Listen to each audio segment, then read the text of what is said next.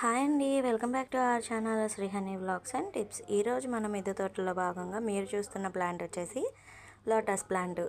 మేము మా పైన మిద్దె తోటలోని నీటి వరలు ఉంటాయి కదండి, ఆ వరను ఒక దాన్ని తీసుకొని దాన్ని ఒక చెరువులాగా తయారు చేసేసామన్నమాట. అందులోని కలువ పూలు అలానే తామర పూలు కలిపి అయితే వేసాము. ఇక్కడ చేపలు చూడండి ఎంత హ్యాపీగా ఆడుకుంటున్నాయో, వాటి ఫుడ్ కోసం అయితే కొట్టుకుంటున్నాయి అవి. వీటిని ఎందుకు వేసాము అనేది మీకు లాస్ట్లో చెప్తాను. ఇక్కడ టబ్స్లో అయినా పెంచుకోవచ్చు, అలానే తొట్టిలో అయినా పెంచుకోవచ్చు.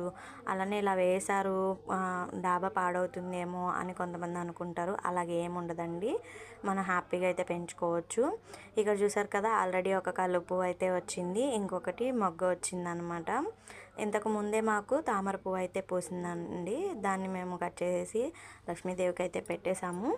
ఇప్పుడు ఇక్కడ ఈ విధంగా అయితే చేపలు ఎందుకు వేసాము అంటే, చేపలు మనకి అలంకారానికి ఉపయోగపడతాయి. అదేవిధంగా ఇలాగ వరలు అనేవి నీటిని నిల్వ ఉంచినప్పుడు నాసు అనేది, అలానే నీటి పురుగులు, నీటి దోమలు అనేవి వస్తాయండి. అవి ఏమీ రాకోకుండా ఈ చేపలు అనేవి వాటిని కాపాడుతాయి అన్నమాట. ఒక మంచి టిప్గా అయితే చెప్పచ్చు. ఈ టిప్ నచ్చితే ఫాలో అయిపోండి.